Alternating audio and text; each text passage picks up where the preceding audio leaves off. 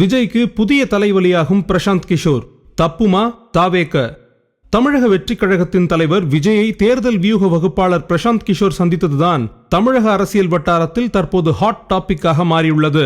பாஜக, ஆம் ஆத்மி, திமுக ஆகிய கட்சிகளின் வெற்றிகளுக்காக உழைத்தவர் பிரசாந்த் கிஷோர். ஆகவே விஜயுடனான அவருடைய சந்திப்பு தாவேக வட்டாரத்துக்கு குஷியை கொடுத்துள்ளது.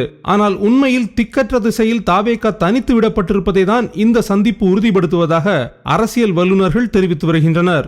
நீலாங்கரையில் உள்ள விஜயின் வீட்டில் இந்த சந்திப்பு நடைபெற்றிருக்கிறது. இதில் பிரசாந்த் கிஷோர், ஜான் ஆரோக்கியசாமி, ஆதவ் அர்ஜுனா ஆலோசனை நடத்தியுள்ளனர். இறுதியில் விஜயுடன் தனியாக பிரசாந்த் கிஷோர் கலந்துரையாடியதாக தகவல்கள் வெளியாகியுள்ளது. 2026 தேர்தலை மையப்படுத்தி நடைபெற்றிருக்கும் இந்த சந்திப்புக்கு முக்கிய காரணமாக ஆதவ் அர்ஜுனா இருப்பதாக தெரிகிறது.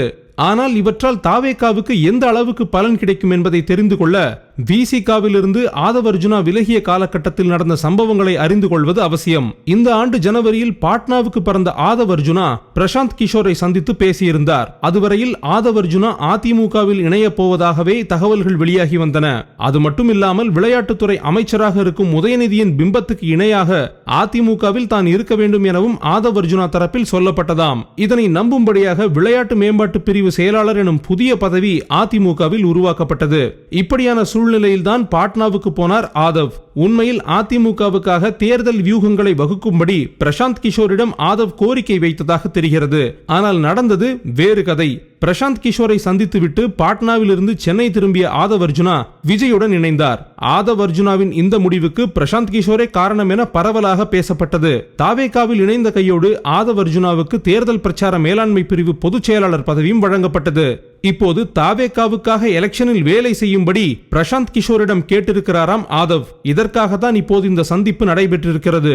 ஆனால் பீகாரில் ஜன்சுராஜ் எனும் கட்சியை நடத்தி வரும் பிரசாந்த் கிஷோர் கடந்த 2 வருடங்களாக தனது சொந்த கட்சியை வளர்த்தெடுப்பதில் மும்முரம் காட்டி வருகிறார்.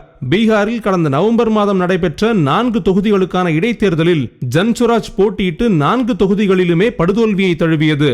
மாநிலம் முழுவதும் பாத யாத்திரை, அசர வைக்கும் தேர்தல் பரப்புரைகள் என உழைத்தும் பிரசாந்த் கிஷோருக்கு இடைத்தேர்தலில் வெற்றி கிடைக்கவில்லை. இந்த வருட நவம்பரில் பீகார் மாநில தேர்தல் நடைபெற உள்ளது. ஆகவே பிரசாந்த் கிஷோர் முழுநேர தேர்தல் வியூக வகுப்பாளராக பிற கட்சிகளுக்கு பணிபுரிவாரா என்பதே மிகப்பெரிய கேள்விக்குறி. அதிமுகவுக்காக ஆதவ் அர்ஜுனா கேட்டபோதே தேர்தல் ஆலோசனைகள் மட்டுமே வழங்க முடியும் என பிரசாந்த் கிஷோர் தரப்பில் சொல்லப்பட்டதாம். இப்படி ஒரு சூழ்நிலையில் விஜயின் தாவேகாவுக்கு முழுநேர வியூக வகுப்பாளராக பிரசாந்த் கிஷோர் களமிறங்குவாரா என்பதும் சந்தேகம்தான். அதே வேளையில் ஆதவ் அர்ஜுனாவுடைய வாய்ஸ் ஆஃப் காமன்ஸ் அமைப்பு தாவேகாவிற்காக தேர்தல் பணிகளை மேற்கொள்ள போவதாகவும் அதற்கு முக்கிய ஆலோசனைகளை மட்டுமே பிரசாந்த் கிஷோர் வழங்க இருப்பதாகவும் தகவல்கள் உலா வருகின்றன. ஜான் ஆரோக்கியசாமி ஆடியோ கசிந்த விவகாரமே தாவேகா கூடாரத்தை கலங்கடித்திருக்கிறது. இப்படி ஒரு சூழ்நிலையில் ஜான் ஆரோக்கியசாமி, ஆதவ் அர்ஜுனா, சுனில், இப்போது பிரசாந்த் கிஷோர் என வியூக வகுப்பாளர்கள் இணைவது கட்சிக்குள் இருக்கும் குழப்பங்களை அதிகரிக்கவே அதிகம் வாய்ப்பிருப்பதாக அரசியல் நிபுணர்கள் சொல்லி வருகின்றனர்.